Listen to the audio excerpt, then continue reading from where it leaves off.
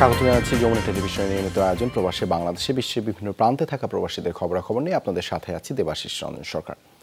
অবৈধভাবে ভূমধ্যসাগর পাড়ি দিয়ে ইউরোপ যাওয়ার পথে তিউনিসিয়া উপকূলে নৌকাডুবিতে মৃত্যুবরণকারী ৮ বাংলাদেশির মরদেহ সুরত হালের জন্য হাসপাতালে নেওয়া হয়েছে। এরপরই মরদেহ হস্তান্তর করা হবে পরিবারের কাছে। এর আগে বেলা 12:15টার দিকে শাহজালাল আন্তর্জাতিক বিমানবন্দরে এসে পৌঁছায় তাদের মরদেহ। এ ঘটনায় গেল 19 এপ্রিল রাজধানী বিমানবন্দর থানায় দায়ের হওয়া এক মামলায় দুজনকে গ্রেপ্তারের কথা জানিয়েছে পুলিশ। কিছুটা সচ্ছলতার আশায় মাত্র ৩ বছরের শিশু সন্তানকে রেখে স্বপ্নের ইউরোপ যাত্রায় পাড়ি দিয়েছিলেন কাউসার খলিফা।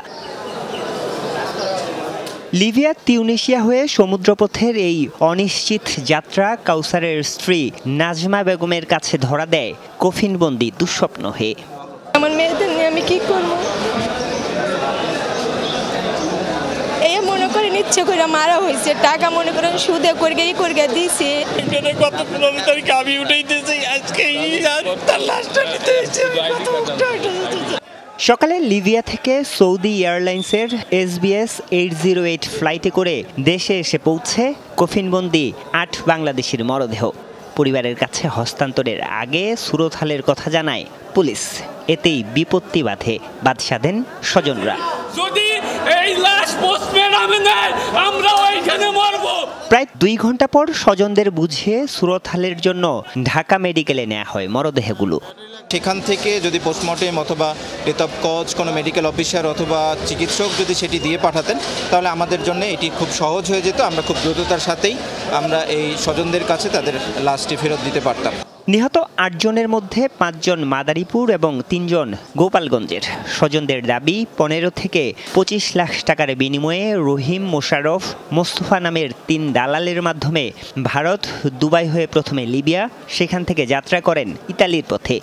কোনটা ছিল যে আমরা টাকা দেবো, তাদের মাধ্যমে তারা আমাদের পৌঁছে দেবে, কিন্তু তারা পৌঁছে দেয় নাই, বরং তাদের মাইরা দুইরা লিবিয়া নিয়ে তারপর গেম দিয়েছে। আমরা 20 থেকে 25 লাখ টাকা দিয়েছি, আরও টাকা চাইছে, টাকা দিয়ে দেখে পিটাইছে। নৌকাডুবিতে মৃত্যুর কথা বলা হলেও স্বজনদের অভিযোগ নৌকার পাটাতনের ভেতরে ঢুকিয়ে আগুন ধরিয়ে দেয় দালালরা। জোর কইরা পিটাইয়া তারপরে বক্সের মধ্যে দিচ্ছে, বক্সের মধ্যে দিয়ে তারপরে ঢাকনাটা আটকাই দিচ্ছে, ওইয়ের উপর দিয়ে আবার লোক বসাইছে। এই কারণে নিঃশ্বাস না নেওয়ার কারণে আর মারা গেছে। ভোটের লোক 30 জন, ওখানে লোক দেওয়া হয়েছে আপনার প্রায় 52 জনের মতো।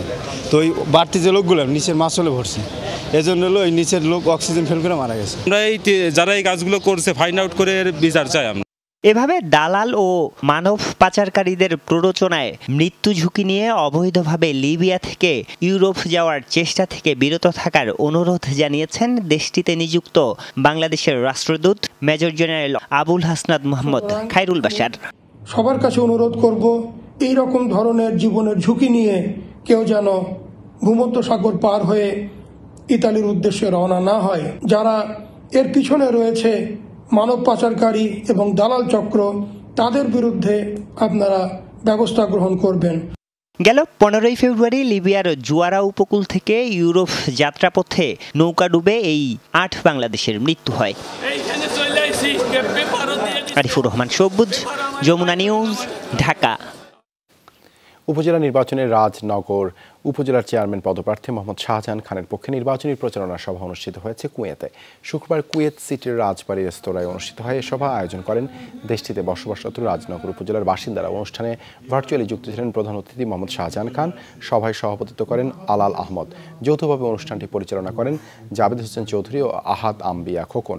আরও উপস্থিত ছিলেন জালালাবাদ অ্যাসোসিয়েশন কুয়েতের উপদেষ্টা মিঠুন সেলিম, সহসভাপতি সুরুক মিয়া, ট্যাংরাবাজার ইউপি চেয়ারম্যান টিপু খান, আবু সাইদ কুতুবউদ্দিন সহ আরও অনেকে। যুক্তরাজ্যে অনুষ্ঠিত হয়েছে উপজেলা পরিষদ নির্বাচনের প্রচারণা। নবীগঞ্জ উপজেলার চেয়ারম্যান পদপ্রার্থী ইমদাদুর রহমান মুকুলের সমর্থনে অনুষ্ঠিত হয় আলোচনা সভা। ম্যানচেস্টারের স্থানীয় একটি রেস্তোরাঁয় এই আয়োজন করেন দিনারপুর পরগনা প্রবাসীরা। অনুষ্ঠানে ভার্চুয়ালি যুক্ত ছিলেন ইমদাদুর রহমান মুকুল। বক্তারা বলেন, চেয়ারম্যান নির্বাচিত হয়ে ইমদাদ রহমান অব্যাহত রাখবেন নবীগঞ্জ উপজেলার সুনাম। এ সময় তাকে নির্বাচনে বিজয়ী করতে সবাইকে এক হয়ে কাজ করার আহ্বান জানান। সভায় সভাপতিত্ব করেন আব্দুল নাসির ওয়াহাব মিলাদুর রহমানের পরিচালনায়। এতে আরও উপস্থিত ছিলেন সুফি খন্দকার, মোহাম্মদ বাবুল খান, মোহাম্মদ আবু তাহের, আব্দুল মালিক সওদাগর, ডিএন কুরেশি সহ অন্যান্যরা।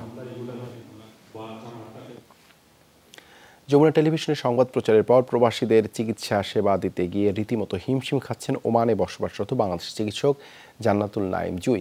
মাসকাটের সানাইয়ে এলাকায় চালু করতে হয়েছে ক্লিনিকের আরও একটি শাখা। ওমানের গণ্ডি পেরিয়ে বহির্বিশ্বে ছড়িয়ে পড়েছে সুনাম। বাংলাদেশিরা ছাড়াও ওমানে বসবাসরত নানা দেশের নাগরিকরা ভিড় করছেন তার কাছ থেকে সেবা নিতে। ওমান থেকে সহকর্মী মোহাম্মদ রফিকুল্লাহর পাঠানো প্রতিবেদনে বিস্তারিত। বাংলাদেশি চিকিৎসক জান্নাতুল নাইম জুইয়ের কাছ থেকে সেবা নিতে রোগীদের ভিড় মধ্যপ্রাচ্যের দেশ ওমানে। দূর দূরান্ত থেকে ছুটে আসছেন তারা। যাদের সশরীরে গিয়ে দেখানোর সুযোগ নেই তারা আবার মুঠোফোনেই নিচ্ছেন পরামর্শ। আগে তো ছিলই জনপ্রিয়তা। মার্চে এই চিকিৎসককে নিয়ে যমুনা টেলিভিশনে প্রচারিত হয় একটি প্রতিবেদন। তারপরেই রাতারাতি বদলে যায় চিত্র। রোগীদের চাপ সামলাতে রীতিমতো হিমশিম খাচ্ছেন তিনি। রাজধানী মাসকাটে নতুন করে খুলতে হয়েছে ক্লিনিকের আরও একটি শাখা। এখানে সবচেয়ে বেশি হচ্ছে যে বাঙালি পেশেন্ট, কিন্তু অন্যান্য দেশের পেশেন্ট যেমন ইন্ডিয়ান, পাকিস্তানি প্রচুর পেশেন্ট আসে আমাদের কাছে। প্রবাসী বাঙালিদের যাতে আমরা কম খরচে, যতটুকু পারি আমরা কম খরচে চিকিৎসা সেবাটা দেওয়ার জন্য। প্রবাসীদের আয়ের উপর ভিত্তি করে স্বল্প ও বিনামূল্যে চিকিৎসা সেবা দিয়ে থাকেন জুই। তাই এই চিকিৎসকের কাছে এসে অর্থের অভাবে আটকে থাকে না কারো চিকিৎসা। বিদেশ বিভুঁইয়ে মাতৃভাষায় কথা বলে সেবা গ্রহণ করতে পারার সুযোগ পেয়ে খুশি প্রবাসীরা। দেশি ডাক্তার মনের ভাব প্রকাশ সবকিছু বলতে পারে সুন্দর করে, দেশি ডাক্তার বিদায়। তো আলহামদুলিল্লাহ এখানে চিকিৎসা অনেক ভালো, ডাক্তার অনেক ভালো, আন্তরিক। আমি সবাইকে আবেদন করবো যে এখানে আসার জন্য। মাঝে মধ্যে যদি টাকা পয়সা না থাকে, স্যালারির সমস্যা হয়, তাহলে ফ্রি চিকিৎসা এখানে করতে পারি। सबकिछु मिले मानी मन कथा बोलार जन्य एखाने আমরা মেনে আসা। डॉक्टर बहुत अच्छे हैं, कॉम्प्रोमाइज अच्छा करते हैं और ट्रीटमेंट वन टाइम आना पड़ेगा, दोबारा नहीं आना पड़ेगा। इतना अच्छा ट्रीटमेंट है इंशाल्लाह। तो पैसा भी बहुत कमती है, दूसरों से आगे पीछे जाएंगे तो वो बहुत पैसा लेते हैं और इधर जो है ना पैसा बहुत कम में, ठीक है जी। तो मेडिसिन भी बिल्कुल बराबर है। প্রবাসীদের এমন বিপুল সাড়া পেয়ে আপ্লুত চিকিৎসক জান্নাতুল নাইম জুই। জানান দেশের মানুষের জন্য আরো বেশি করে কাজ করতে চান তিনি, সেবা করে যেতে চান আজীবন। আমি আমার মাবেলার দিকে আমার ও যেসব ওমান প্রবাসী ভাই বোনেরা আছেন তাদের কথা চিন্তা করে আমি মাবেলাতে এখন একটা ক্লিনিক দিয়েছি। এটা হচ্ছে আপনার দানবের অপোজিটে আতরাল মাজান ক্লিনিক। আমি আমার সকল ওমান প্রবাসী ভাই বোনদের কাছে অনুরোধ করবো আপনারা আমাদের ক্লিনিকে আসুন, সেবা স্বল্প মূল্যে ভালো সেবা গ্রহণ করুন এবং নিজস্ব শারীরিক সুস্থতা নিশ্চিত করুন। বিদেশের মাটিতে প্রতিটি প্রবাসীর চিকিৎসা সেবা নিশ্চিত করতে কাজ করে যাচ্ছেন জুইয়ের মতো আরও অনেক বাংলাদেশি চিকিৎসক। তাদের হাত ধরে বিশ্বজুড়ে ছড়িয়ে পড়ছে দেশের সুনাম। ইফাতারা খন্দকার, যমুনা নিউজ। মালয়েশিয়ায় বর্ণিল আয়োজনে বরণ করে নেওয়া হলো বাংলা নববর্ষকে। বৃহস্পতিবার রাজধানী কুয়ালালামপুরের ক্রাফট সেন্টারে বাংলাদেশ হাই কমিশনের উদ্যোগে করা হয় আয়োজনের শুরুতেই বিভিন্ন দেশের কূটনীতিকদের উত্তরীয় পরিয়ে স্বাগত জানান হাই কমিশনার মোহাম্মদ শামীম আহসান ও তার সহধর্মিণী মিসেস পান্ডারা চৌধুরী। অনুষ্ঠানে প্রধান অতিথি ছিলেন মালয়েশিয়ার সাংস্কৃতিক কেন্দ্রের মহাপরিচালক পুয়ান জুবাইদা বিনতি মুক্তার। স্থানীয় সময় বিকেলে মঙ্গল শোভাযাত্রার মধ্য দিয়ে বরণ করে নেওয়া হয় নতুন বছরকে। পরে নাচ গান ও অন্যান্য দেশীয় আয়োজনে বৈশাখ উদযাপন করেন প্রবাসীরা। দেশটির বিভিন্ন প্রদেশ থেকে এসে অনুষ্ঠানে যোগ দেন প্রবাসী বাংলাদেশিরা। এ সময় আরও উপস্থিত ছিলেন মালয়েশিয়ার আন্তর্জাতিক সম্পর্ক বিভাগের সিনিয়র সহকারী সচিব নূর আতিকা জুল কেপলি ও বিভিন্ন সামাজিক সংগঠনের নেতারা।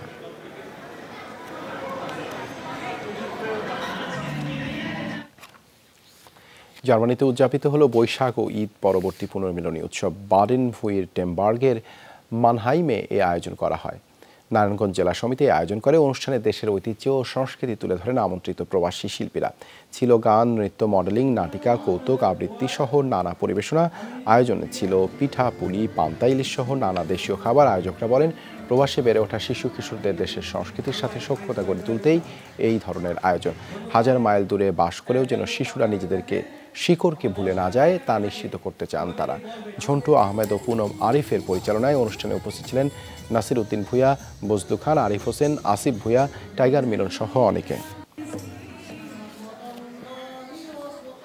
কলম্বিয়া বিশ্ববিদ্যালয়ের পর এবার ইউনিভার্সিটি অব ক্যালিফোর্নিয়া থেকেও বিক্ষোভকারীদের সরিয়ে দিল মার্কিন নিরাপত্তা বাহিনী। এর আগে বিশ্ববিদ্যালয়টিতে আন্দোলনরত শিক্ষার্থীদের উপর নির্বিচার হামলা চালায় একদল মুখোশধারী। শান্তিপূর্ণ বিক্ষোভকারীদের উপর লাঠি সোঁটা নিয়ে চড়াও হয় তারা। ভাঙচুর চালায় শিক্ষার্থীদের তাঁবুতে। বেশ কিছুক্ষণ পর গিয়ে পরিস্থিতি নিয়ন্ত্রণে আনে পুলিশ। শিক্ষার্থীদের ক্যাম্পাস থেকে হটাতে অব্যাহত রয়েছে নিরাপত্তা বাহিনীর অভিযান। বিক্ষোভকারীদের উচ্ছেদে আরও বেশ কয়েকটি বিশ্ববিদ্যালয়েও তৎপর পুলিশ।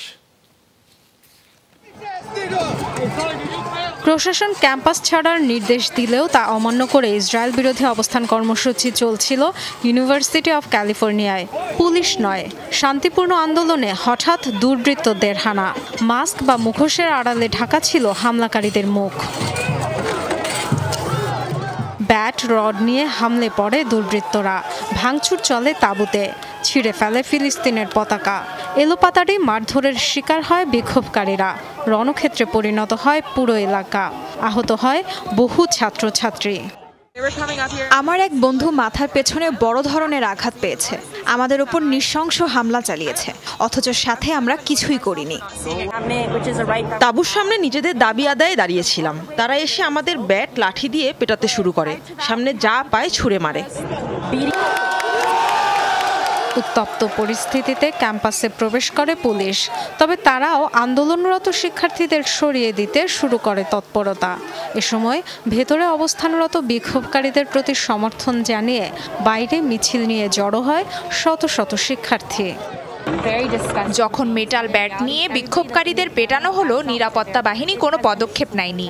আর আমরা শান্তিপূর্ণ বিক্ষোভ করছি, আমাদের সরিয়ে দিতে তৎপর তারা। মঙ্গলবার পুলিশের অভিযানে কলাম্বিয়া বিশ্ববিদ্যালয় থেকে হটানো হয় শিক্ষার্থীদের। ধরপাকড়ের শিকার ৩ শতাধিক। কলাম্বিয়া বিশ্ববিদ্যালয়ের পর আন্দোলনকারীদের হটাতে অভিযান চলছে টেক্সাস, অ্যারিজোনা, উইসকনসিন সহ আরও কয়েকটি বিশ্ববিদ্যালয়ে। ধরপাকড়ের শিকার বহু ছাত্রছাত্রী। পুলিশ শিক্ষার্থী মুখোমুখি অবস্থানের জেরে ব্যাপক উত্তেজনা তৈরি হয় উইসকনসিন ইউনিভার্সিটিতে।